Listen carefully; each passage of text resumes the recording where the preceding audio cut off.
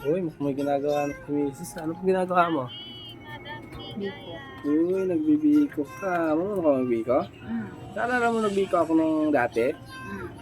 Parang ganitong panahon din yun ah. Ito ba yun? Oo, ano din. Mahal na araw ba yun? Mahal na araw din, di ba? Napakasarap ng biko ko.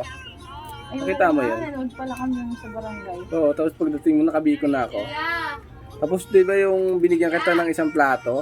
Kinulang ka pa, tapos dinagdagan ko pa kasi sa kulay pa lang na-amaze ka. Ang bali. Di ba? Nakita mo ba yun? Nung nagbiko tayo? Di ba? Totoo naman, di ba? Nung kulay pa lang nung biko, na-amaze ka na. Kasi parang brown na lutong-luto siya. Tapos medyo luto na, ay medyo kulang sa luto ata yun eh. Kaya parang sabi mo, ayos na yan. Di ba? Sarap naman. Masarap talaga kasi naubos mo nga yung isang plato eh. Kaya naman yung lasa niya. Di ba? Ano yan? Malagkit. Yan yung malagkit. Ang sarap naman. Parang hindi ko maubos yung isang plato dyan pag ako kakain, pag hindi ako nagluto. Alis kaya dyan ako magluto. Alis. Alis dyan ako maghalo. Ako maghalo, alis dyan. Ako maghaloan. Ayaw mo? Siya muna sa tagaluto namin ngayon ng biko. Pero parang hindi masarap kasi walang kulay yung niluluto niya. Alam mo ba nung nagluto ako ng biko, naalala mo? Nilagay ko na agad yung asukal, hindi pa kumukulo. Yan ganyan, nilagay ko na agad, hindi pa siya kumukulo. Pagkulo, may itim na sa nilagay ko na agad yung biko. Tama ba yan? Hindi. Anong hindi? Di ba itim na itim din? Kaya tama yun.